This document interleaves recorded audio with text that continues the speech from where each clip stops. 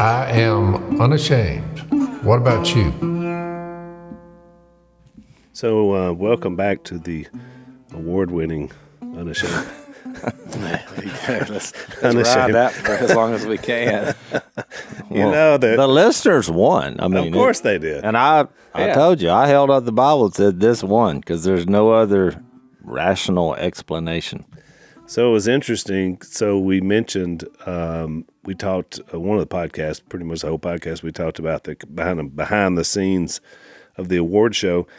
We didn't mention, Jase, that two of your children were there, two of your sons, and one of them had his new girlfriend, and so you met her for the first time. I did. We all did. I said, who planned this? I mean, I felt bad because I'm like... It was an interesting first meet for sure in the middle of this, Grand Ole Opry setting. I think I stuck my hand out, met her, and said, I'm sorry that we're meeting in this circus-type atmosphere, but she seemed to, first of all, she was great, and she seemed to be very appreciative of everything we were doing there, so that was great. And then Reed and Brighton were there, and they had your granddaughter there, and I thought that was pretty good. She was the only kid, and I say kid, she's less than 2. Yeah, she's like a year and a half old. And the plan was, because when we were on vacation, she's a year and a half old, but every time I'm around her, she's terrified. Just like the rest of the world. Yeah. She's reflective of other people. I defended the position because I said, why are y'all upset that she cries every time she sees me? I want her to experience stranger danger when she sees somebody like me. This is positive. But they were, no, we must break this, whatever they were calling it, this challenge. So they come up with a plan since we were in Nashville doing the award show. They're like, well, why don't y'all just take her back with you for the week? And this is the first time you've had her without her parents, right? Yeah. Yeah. I think she was the most quiet. She flew back with us. Yeah, she was amazing. And I never saw her. She never cried. Usually at least they'll throw one temper tantrum. She and I played peekaboo all the way home. Trust me, all it would have taken is for me to reach up there and grab her. And you would have had your temper tantrum. So, I thought people who have experienced this or are just curious about it, because this is kind of curious, because I've been around her a lot, but every once in a while I've gotten a wave or a kiss goodbye, with the little, she puts her hand on her lips, but she was into a social distancing with me. So my son was like, I was impressed. She didn't know that her being on a jet aircraft, flying along there, and not with her mom and dad, but with her grandparents. And she was sitting in Missy's lap. I was impressed at how quiet the child was. She was. And it was it had to be way past her bedtime. This was 11. This was 11 That's how I got in bed at 2:00 in the morning. We were way past bedtime, but she stayed up and just played and laughed the entire time. She was really great. I was impressed with her. I was too. If all little children that age behave like her, it'd be a wonderful world. Well, right. And not to say that we're gallivanting all over the place in private jets, but a huge fan of our podcast and supporter. Got us there and back, because it was going to be really hard logistically for us to get there any other way. That's because, we're... Yeah, I never did ask why you got the grandchild, and we all took off with her. She went on the jet, and she never gave a whimper. I appreciate your patience in that. I did feel bad in that moment because I thought... She flew back with y'all? She did, and we had to go get her car seat just legally. Yeah. We didn't want to break the law in Nashville, and I'm not saying that, the kid needs to be riding in a car usually seat. Carrying a kid that age at 1 to 2 o'clock in the morning, most of the time, it gets a little loud. They get a little loud. They're she was a whining. perfect Mama, rowdy. nurse She was a her, model. food, but not that one. She was just as happy as she could be. No, it was good. So here's what happens. That was a good sign, by the way, Jace. So she gets to our house. Everything's rolling along, great. And so the next, She's still looking at you warily. she's wary. Yeah. So the next morning, she wakes up and it's sunshine and rainbows, and so then, but she won't come over to me. And so, like, if Missy would leave the room and she looked around and saw me, that was what would trigger the crying, which then made me feel bad because it's like she's fine as long as she calls Missy Lulu. So when Lulu's in the room, we have peace and So harmony. as long as there's supervised visitation, she's But good. she's here for days, so it's like, so Missy, in a moment of tough love after day one of this, I mean, we all got along fine as long as Lulu's in the room. Uh-huh. So day two, Lulu just goes for it. She gets up. Now, she did say, because this girl can walk and she can actually run, which is incredible. She's like, I'm going, whatever she was going to do. She's like, you can come with me if you want. And Missy leaves the room. Well, she just took about 10 steps and just, no, this was funny. She just like everything in her body just goes limp and she just plops down on the floor like drama like I've never seen, and just like, you know, and just like, how dare you leave? And just, She was making a point. It was She more made a than- point. She was making a point. the problem for her is the only person watching is me. So I said, hey, knock yourself out, because I'm not going over there and picking you up, because I know what that's going to happen. It's going to be way Then we'd worse. be level DEFCON 4 then. So to my surprise, you know, I think I said, go ahead and cry it out. She'll be back in a bit. You know, so I forgot what I was doing, but I just was ignoring that. She's crying. Yep. So then I hear her like running, crying, and I look and she's running toward me. And I thought, oh, what? It's the first time she's come toward me. And so she got closer and closer, and I thought, what, is she coming to me for comfort? So I thought, well, so I put my arms out, and she just dove in my arms. I put her in my lap, and she just immediately quit crying. And she was doing the, you know, trying to catch her. And then it hit me. I thought, well, I guess what this is, if I'm the only human left, I am an option. You'll do. You will do if all other available humans are gone. if Lulu is Jace, gone, when it comes to grandchildren, raising them, you might not come out with a book. Wait on a book. you're not. I'm so glad I have such thick skin. Yeah. I was kind of proud of You're this. not quite book worthy, according to Dad. You know, don't come out with a book. How to take care of the grandchildren. No, but Maybe you and Dad could write a book together on it. That would be the best. So that Who was does this one belong to? Would be Dad's. yeah, that was the first. If there was any shortcomings I have, it would be, well, how big a role you played as a grandfather for you guys' children. I mean, I just, To your grandchildren, more your greats as well. You're more of a Mount Rushmore figure.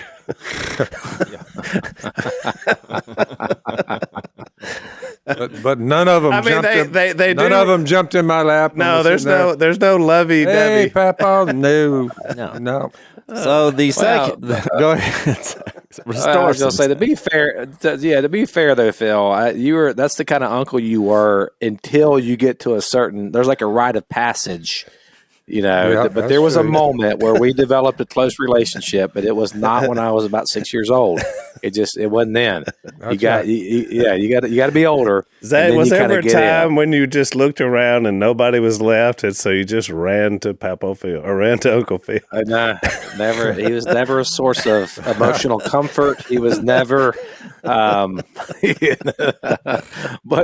there was a time when we connected. I will say I was a full grown man when that happened, and we got to be really close. Well, and now we are. Dad was more of the African mindset. Just wait and make sure everybody gets to adulthood, and then we can get about our bonding.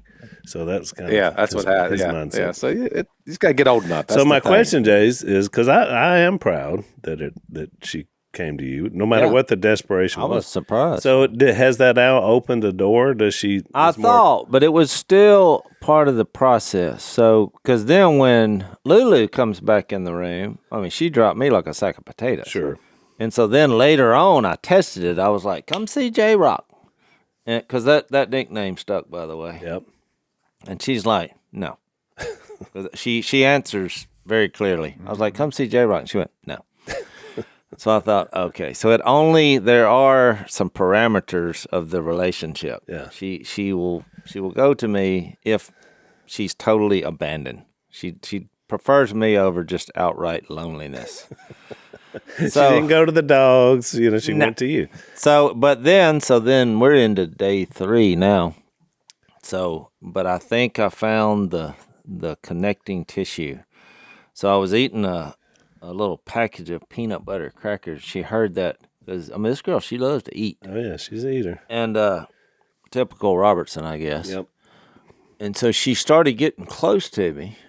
And I was like... She heard the crinkle of the wrapper. But Lulu was in the room, so I was like, what? And I was like, oh, you want one of these? And she was like, yes. So I handed it. She loves peanut butter. Mm-hmm. And so she ate that. And so now she comes up there and she starts doing her fingers like this. And, of course, I had to figure out what that was. I was like, what does that mean? She's a big sign. She has a lot of stuff. Yeah. So I went in there and got she was making that sound. I want that those things in the wrapper. so after I doled out about half a package of that, I actually think we've overcome the initial shock. The chasm. We fixed the problem. So they'll be happy now. Dad, that used to be yours for money. Remember you'd always give us the here, boys, this is what you're going for, that long green. It's peanut butter crackers. Peanut butter crackers. Of course, raising girls, I would think, would be more difficult. Why, I don't know. But it just seems they're definitely dramatic. It'd be more difficult than boys. Yeah, because I don't know. Like our little one that we had, he's a boy, and we never had that problem. But we did have him, from birth, pretty much. So, I mean, maybe that's the difference. So. You've had both, Zach. Well, how would you compare? Of course, your boys are a handful, but I don't know. Yeah, you've had little girls. Yeah, I'd probably say the boys are more difficult. They are into a lot more. They tear up stuff. Zach's sons are so destructive. Oh, it's like and they were from such an early age. That's what's amazing. I mean, just like they were. It was amazing what they could destroy. You did a sermon one time, and I've never forgotten it. You illustrated with 2 of your sons.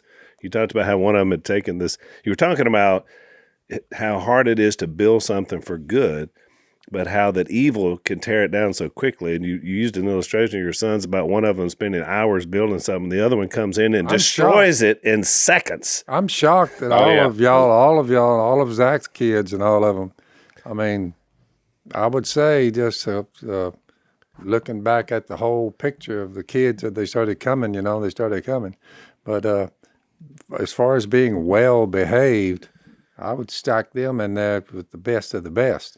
I mean, y'all wouldn't let them go around just screaming bloody murder over nothing.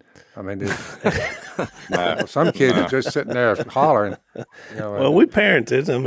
Everybody understood the responsibility to raise your kids. Well, you got to realize we cause a lot of these problems. So I was so proud. I think y'all did a fantastic job raising grandchildren, my grandchildren. So good news, you can now purchase up to a 12-month emergency supply of your current prescription medication, which wouldn't apply to you, Dad, because you don't take any prescription meds, but I do, so this is good news for me. One of our sponsors is a group called Jase Medical, and they carry a wide variety of medications, including ones that I need, cholesterol and blood pressure. So what you do is you're going to go online, you're going to fill out a form. Some cases you may have to jump on a quick call with a physician. There's ongoing care. It's doctor created and doctor recommended. So we had a really good discussion with these guys. I love where they're at. There's a lot of different things that can go on. I think I read somewhere that just last year, drug shortages increased by nearly 30%. And when you put that together with the fact that most of our medications that we take are produced overseas, you can see where this will be a problem. So there's a lot of different people that need this. There could be storms, shortages, pandemics. Of course, we got supply chain issues. So it's a great idea to be able to get your prescription and have a year's supply. Check them out. Go online, fill out a form, get your Jase daily prescription delivered right to your door. So here's what you do. Go to jasemedical.com, enter the code Unashamed at checkout, and you're going to get a discount on your order. So use the promo code Unashamed at jasemedical.com. Check them out.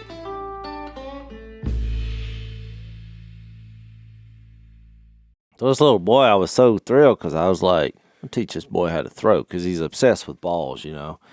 And he likes to bounce them and all. So I was like working him for hours. I'm like, I throw the ball to him. And of course now he's almost a year and a half old. He can actually catch. But when I first taught him how to throw, well, it was all, I didn't realize the consequences of that. Because, you know, I'm sitting on a couch and he had some toy in his hand. This was like day 3 after. Becomes a missile sometimes. That thing come by my head at about 70 miles an hour and bounced off the wall and made an indention in the drywall. Yeah. And Missy's like, no, sir. And I was like, I taught him to do that. Yes, sir. We're early. Yeah, because I was like, that was awesome. Yes, ma'am. Well, it's so funny, Jase, because I raised daughters, and neither one of them were very athletic, and so they didn't do much sports, a little bit when they were young. And so I never really got to experience much of that side of it. But my grandson, my oldest grandson, Corbin, who's named after me, so he and I have a close bond. And so he loves ball. He loves playing baseball. He loves playing basketball.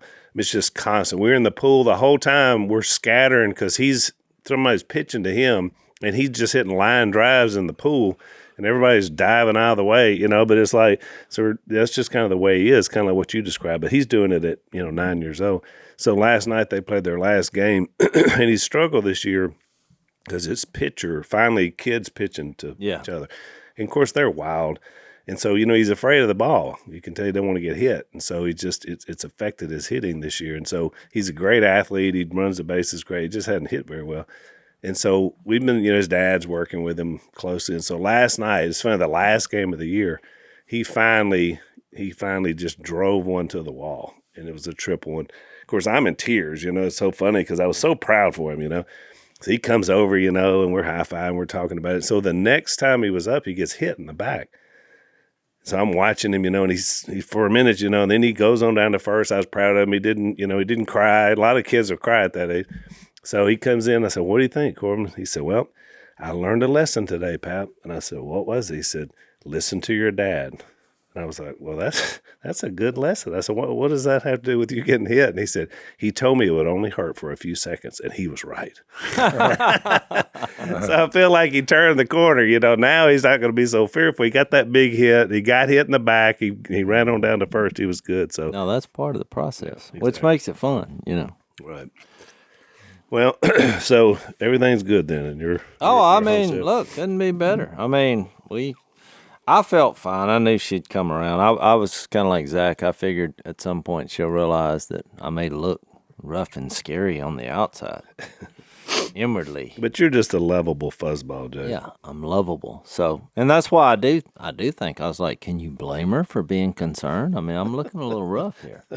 You've been escorted out of the Trump Hotel, so yeah, that happened. It happened. So we're in, if you're following our Bible study, we're in Luke chapter 5. And we kind of made a transition, or we're about to make a transition, but we talked about the fishing story in the last podcast of whenever really Peter, James, and John are all called, because Peter was kind of the focal point, but James and John came along in the process because they were his fishing partners. So we told some of our fishing stories to go along with that. But in the Zach, in the overtime, we were talking about some of the implications of this story, because there's so much rich stuff that's in there. I mean, it's him realizing his sinfulness when he says, "Go away from me, Lord, because I'm a sinful man," which was powerful. Another big one was because we know that expertise-wise, Simon, in his mind, was more of an expert on fishing than Jesus, but what he realized in the moment is Jesus is the Son of God, and he created the fish. So he gets the upper hand on that because he said, "Because you say so, I'm going to let that." It was pretty interesting that the picking of the choosing of the disciples, and then their road to being followers of Jesus and spokesman for him, which is, you think about it, I mean, that's a mouthful right there. But it is interesting that as you read these Gospels, we're in chapter 5, chapter 6, chapter 7, chapter 8, and it was chapter 9, just this shy, chapter 9, right in the middle of all this. It's coming up in a few books, a few chapters later, when he sends out the 12. Jesus strictly warned them not to tell this to anyone, their mission. And he said, the Son of Man, for the first time, the Son of Man, he lets them know what's fixing to go down, and they have no idea and didn't believe it because they didn't even know what he was talking about. It'll say that over and over. He said, the Son of Man must suffer many things. Here's these newfound listening to him, and he referred he'll be rejected by the elders, chief priests, and teachers of the law. He said, all I've got in front of me is trouble, and he must be killed. He's telling these young guys, fishermen, I'm going to die. He must be killed, and on the third day be raised to life. Well, none of them actually, Al, none of the ones he picked, none of them knew exactly what was fixed to come down. Nope. Yeah. They were all in a situation. Now in Luke, it's Luke chapter 9, Matthew chapter 15, about halfway in each book, they're finally told what Jesus finally told them, what he was going to do. He's healing people, he's laying a groundwork, but he waits to 9 chapters. When Luke is recording this, he had to wait 9 chapters before Jesus said, by the way, we're going up to Jerusalem. They're going to kill me. In 3 days, I'll be raised from the dead. And every time he mentioned that in Matthew, Mark, Luke, and John, they all draw back and look at each other and say, what? Yeah. They have no idea at the far-reaching message, they have no idea how critical that is. Think about it. It's lifting the sins of the world. It's forgiving the sins of the world. I mean, and it was just, so Jesus was just slowly getting them to where they would go out and say, okay, now I'm beginning to, but you'll get all the way to the end of the Gospels, and it's still saying, they still didn't understand Jesus had to die, be buried, and raised from the dead. We're used to preaching it, and it becomes, if it ever becomes too simple, people, they don't realize it's just big.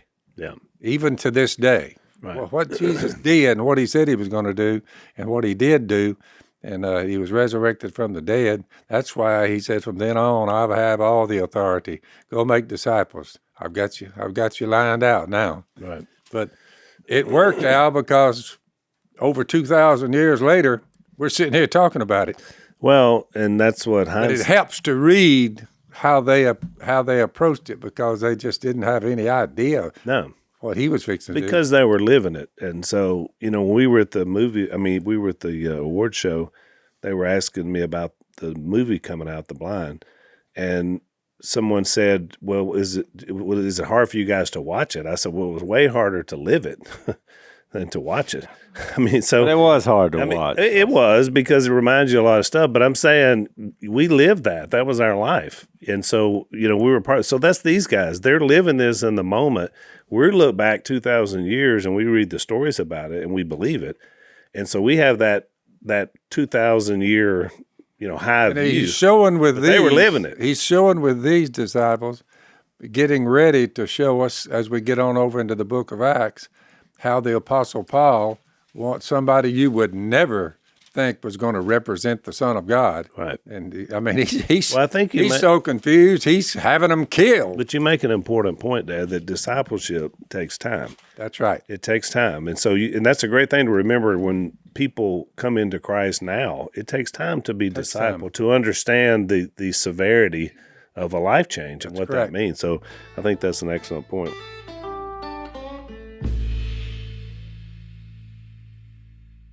There's definitely a factor, and we're going to get to this a little bit later when we get to Matthew's calling, which is coming up in this same chapter. There is something that I think Peter, James, and John would represent, and that is that Jesus didn't choose people based on what you would think people would be chosen on. I mean, their credentials, and the very people that you would expect him to come into the religious world to be his entourage. Mighty strong is being labeled as not worth it. So I call them. So my phrase for them is the untouchables. What'd you call them, Jace? You called them something different. But the idea is that other people would say, you don't think you want to build anything on these guys. I think I call them social outcasts. Yeah, outcasts. That's right.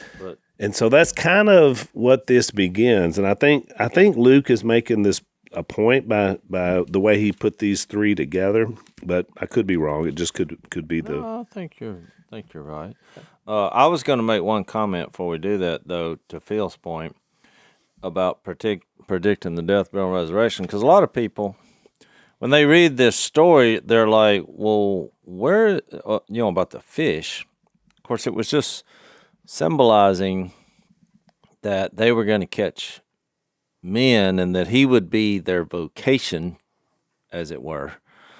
And you're especially going to see this when you get to Luke 6, because he seems to frown upon being rich and comfortable, right. well-fed, right.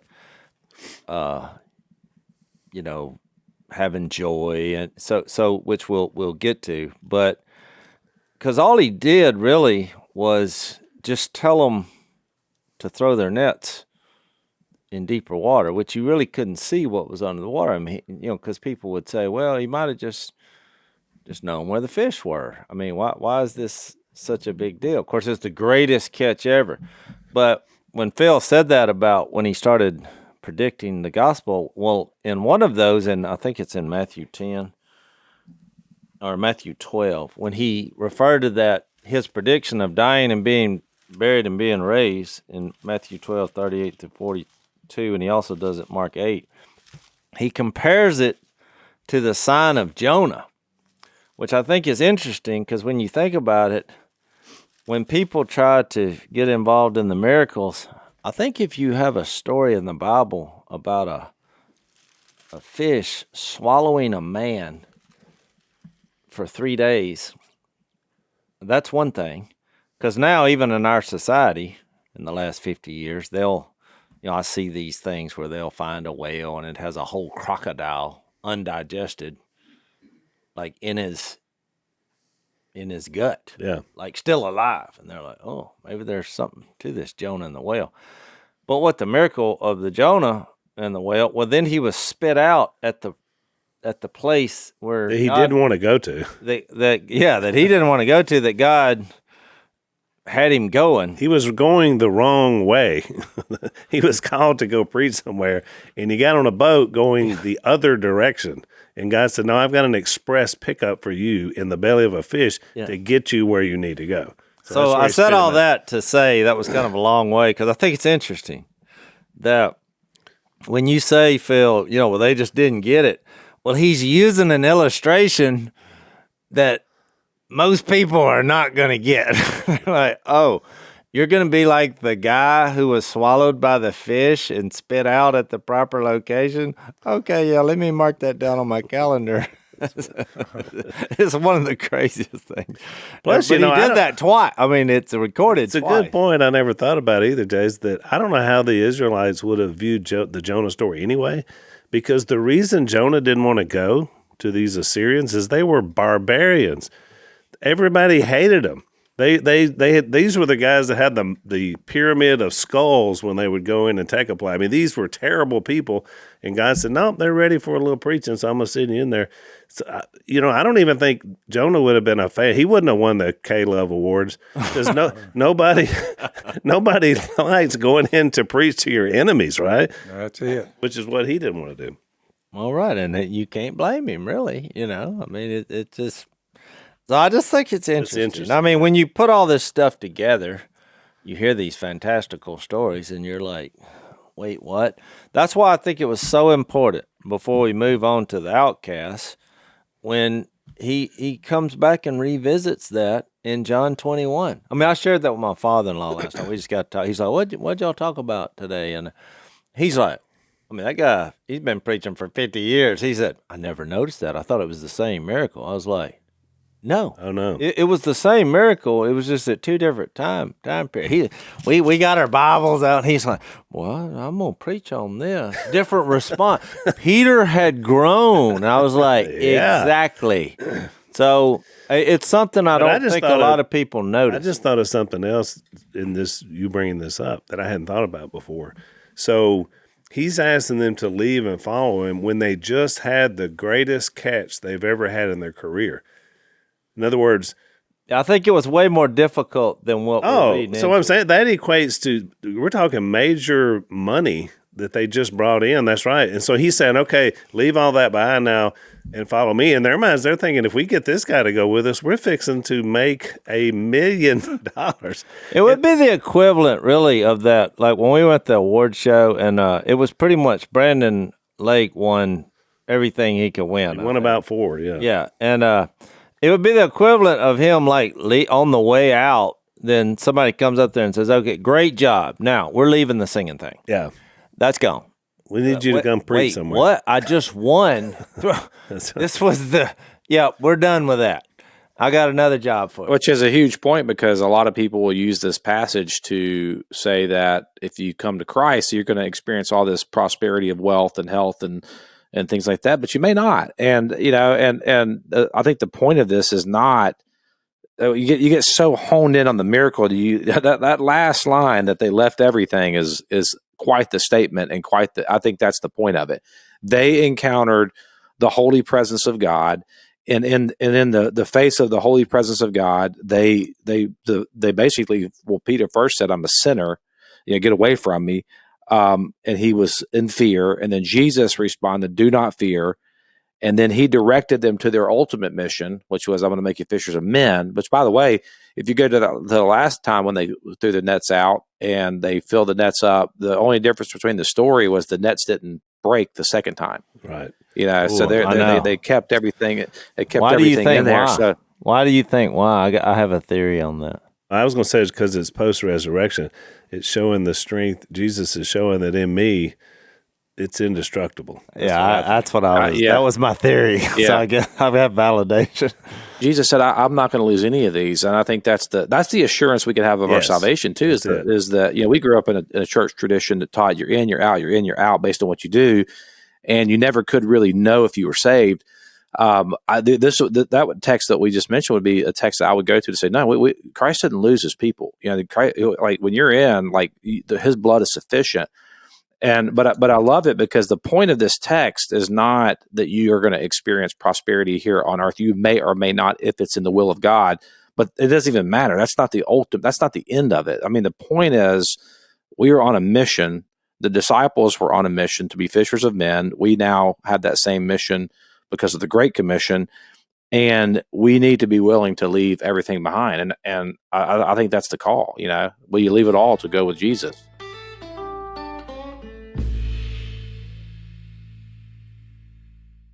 I think you're right, Zach, and I think that shows you the second time it happens, it's like a reaffirmation of everything that he told him the first time.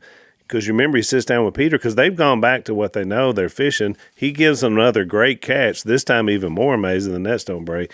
And what does he do? He sits down with Peter and says, all right, from now on, here's what you're going to do. Feed my sheep. In other words, your mission is going to be what we planned for it to be, and not to go back catching fish again, because you're going to be catching men.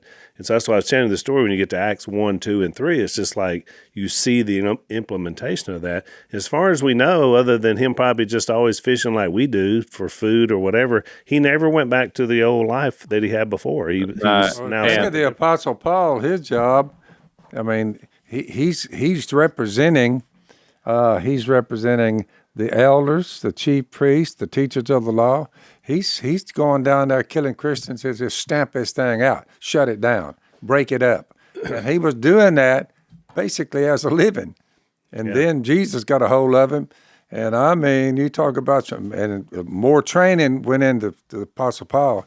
Went out in the wilderness 3 years or something, and to get trained to do it.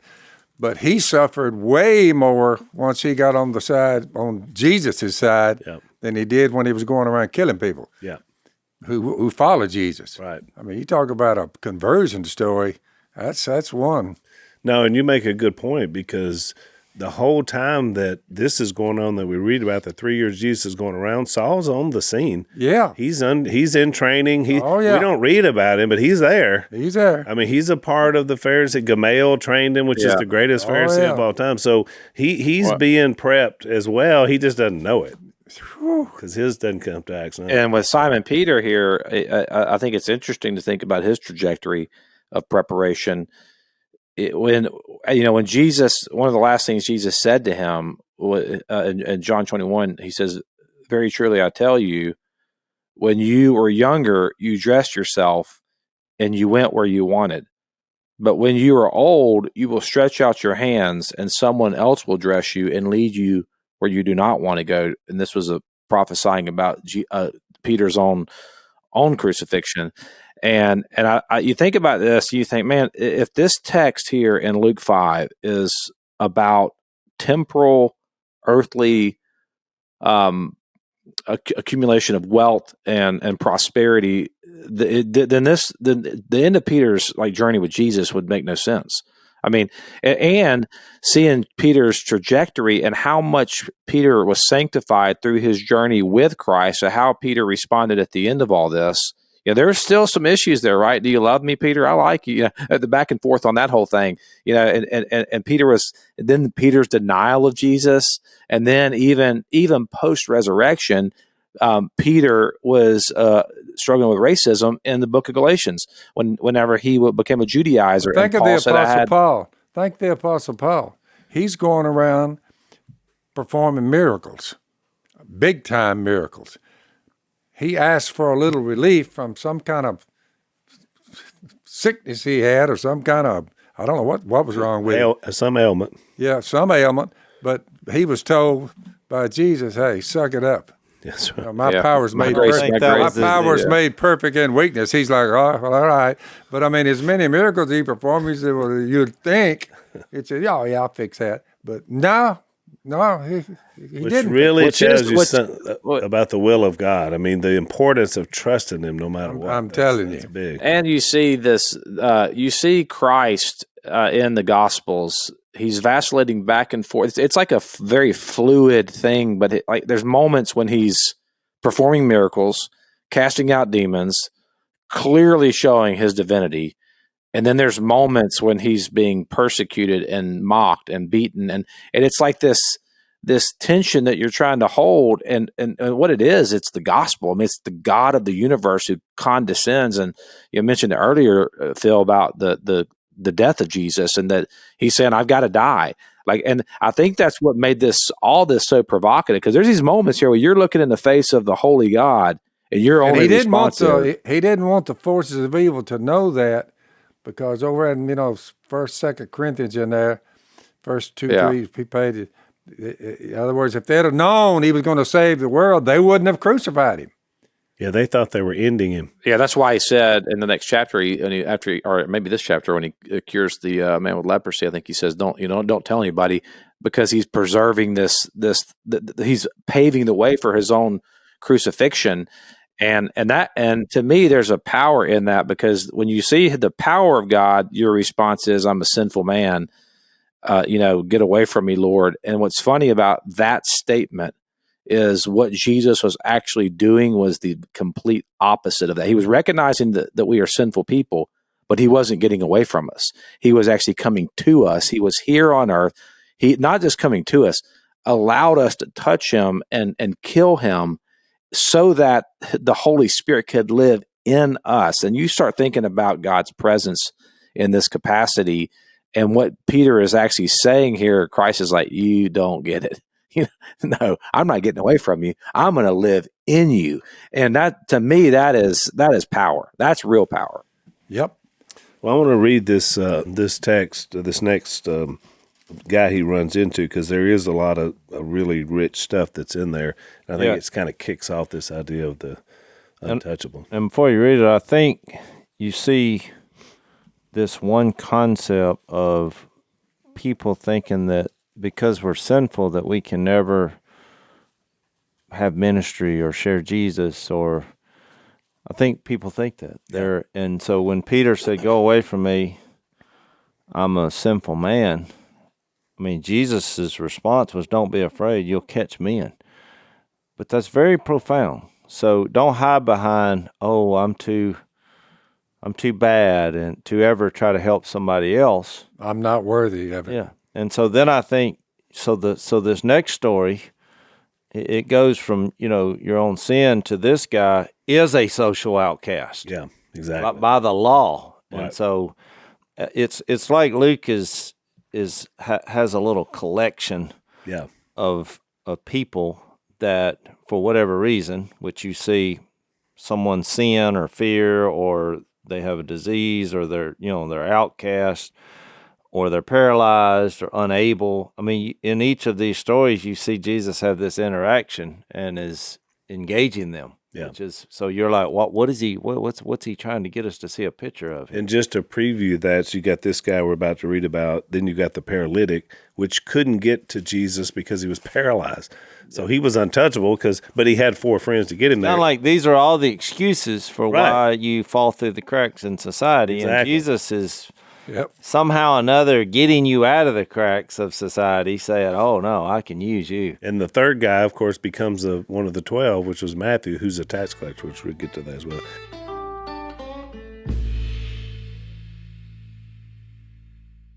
All right, so let me read this. This is Luke 5:12. While Jesus was in one of the towns, a man came along who was covered with leprosy. And I think we've mentioned this before, but most of your margins will tell you that's not necessarily what we consider leprosy. It could be any skin disorder, but we'll talk more about that. When he saw Jesus, he fell with his face to the ground and begged him, "Lord, if you are willing, you can make me clean." Jesus reached out his hand and touched the man. "I am willing," he said, "be clean." And immediately the leprosy left him. Then Jesus ordered him, and this is what you were mentioning, Zach, "Don't tell anyone, but go show yourself to the priests and offer the sacrifices that Moses commanded for your cleansing as a testimony to them." And then 15, and yet the news about him spread all the more, so that crowds of people came to hear him and to be healed of their sicknesses. But Jesus often withdrew to lonely places and prayed. And Luke mentions that more than I think any of the other gospel writers. And I think it's to your point you made earlier, Zach. It shows the humanity of Jesus. I mean, one thing is he just got tired of people. I mean, he just needed to withdraw into himself. But when he did that, he prayed. And think about it, this is the Son of God that's, having this prayer life, which shows you how important prayer is, right? Well, and I think also you're going to get to Luke 6 about him being Lord of the Sabbath. I mean, you got to remember, God did create the earth in 6 days, and then he rested. Well, he didn't rest because he was tired. Right. You know what I mean? Right. Yeah. So it's like, I mean, we're so busy. I mean, I find rest, which I know we'll get this when we get to Luke 6, but I'm just making a point. These the reason I think we were asked to present that Worship Song of the Year award when we did that, because I mean, my wife and I are really headlong into the worship world, but we use that in our own personal life. Is like it's your prayer time. It's your time with God. It's your reset. It's I mean, I may be doing it on the way down here, and I turn on a worship song, and it's there's a rest and a clarity to what the mission at hand is here. And I feel like when I read that, I mean, I got that from Jesus, is my point.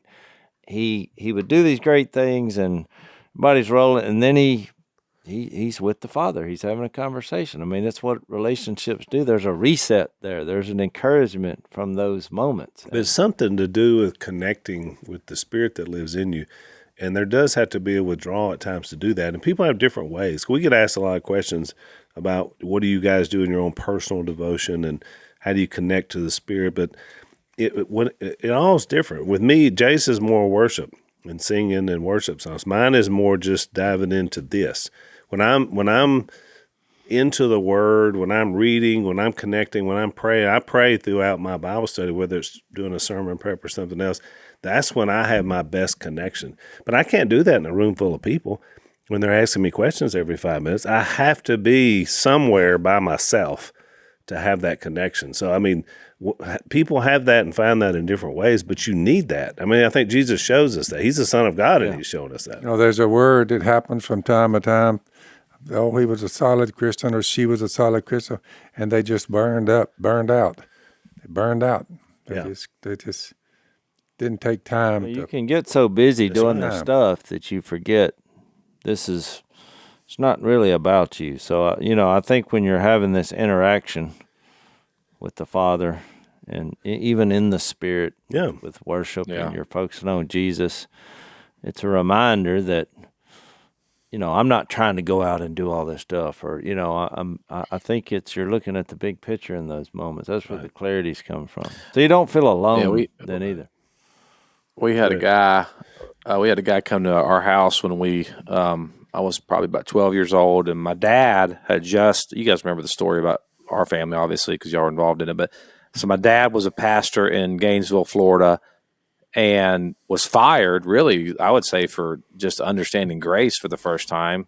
We grew up in the Churches of Christ, and historically, back in those days, you didn't teach grace. I mean, it was a very legalistic workspace system, and I remember my dad got fired. So when I was 12 till I was about 16, we met in homes, and it was hilarious because one of the local guys from the local Church of Christ came by to visit us, and he brought us a bunch of groceries and all this stuff and he said, "I just want to tell you, I'm so sorry about your house burning down," and we're like, "What?" And he's, "Yeah, I got this card that y'all were burned out." And so they meant burned out, like you said, Phil, but it was in reality. It happens. I never heard that story. Neither. Well, you're talking about Mr. No Depth Perception. Or burned out. Oh, you mean your house burned down? The guy's like, "Your house didn't burn down?" My dad's like, "No, I don't know what you're talking about." He said, "Well, I got this card. So who put the fire? Y'all are burned out. Who put the fire out?" Yep. He said, "Well, sit down here. And I'm going to explain to you." Yeah, but when you think about rest, though, I think one of our pastors at our church preached Sunday. We're in the book of Ephesians, and he said that he had made a great point that the cure for exhaustion isn't necessarily rest; it's wholeheartedness. And I think that it's not just that we retreat and go sit around and do nothing. I think the cure for exhaustion, spiritual exhaustion, is to connect wholeheartedly with the mission of God, which is why it's important here in Luke 5. You notice what Jesus does here with Peter before he even gets into the leper. I mean, all these things are pointing to bring people into wholeheartedness, into God's presence, into connection with Him. And when we're connected with God, that's what you were made for, by the way. You were made to worship Him and connect with Him. So when you're living out your purpose and your design, you're wholeheartedly into something, that's when you experience rest. That's when you experience what Phil coined the phrase, the rarest of commodities is peace of mind. I love it when you say that, because I think that's what people are looking for. And it is rare. It's very, very rare because we're trying to get it through other things. And when you get spiritually exhausted and you get burned out, it's not because you're too in tune with God. It's that you're trying to earn something. You're trying to muster up your own spirituality. Well, the Apostle Paul said, you don't want to be running and beat like a man beating the air. I mean, yeah. Too fast, too much. Yeah. Too quick. So sometimes it's just sit back and rest in what God has done, and God is in you. And so in your quiet time, it should be intentional, connecting with him seeing him in nature, seeing him on a long walk. I mean, these are things that we don't even do anymore. We don't even get out. You do, Phil. You get outside every day. I mean, which I think is one of the reasons why you're such a spiritual person, because you're in God's creation every day, all day. These are things we do. Very possible. Well, that had nothing to do with the man with leprosy. Well, but it did at the end when he said he withdrew. And I think it's important because when we get to the Lord of the Sabbath, so I'm glad we talked about it. But I guess, do you want to get into the? This was a bombshell. To be fair, Jason, no one ever accused us of staying on topic, so it's okay. We chase our rabbits. It's part of the. I invented. I don't even know what staying on topic means. And you prove that at the award show. You just do your own thing. So we're out of time. But this was a bombshell is all I was saying. Yeah. That he didn't have to touch this leper. We need to talk about that. Yeah. We're going to flesh this out some more, no pun intended, in the overtime. And then we'll probably talk about some more, because this kind of kicks off this untouchable group of people. Yeah, and we're going to talk about social distancing and vaccines. By the way, appearing in that the Great House up there, what is it, where the country and western singers... The Grand Ole Opry. That's Grand Ole Opry. I thought on both ends of the stage, I said it'd probably be a walk-up. You know what I'm saying? Because in the front, there were no ways to get on the stage. Well, we just missed it. We got to get over that. Yeah, I got out there. I got to running into people with wires coming out of them. But who had your back? Who had your back? Because I knew that was the wrong way. But you know what? I went with you because you're my dad. And I was like, well. I thought we were back in the wilderness with wandering. All right. So there was probably more than one of them idiots. If you want to follow us over at blazetv.com/unashamed for more of this riveting Lost discussion. Thanks for listening to the Unashamed podcast. Help us out by rating us on iTunes. And don't miss an episode by subscribing on YouTube, and be sure to click that little bell to get notified about new episodes. And for even more content that you won't get anywhere else, subscribe to Blaze TV at blazetv.com/unashamed.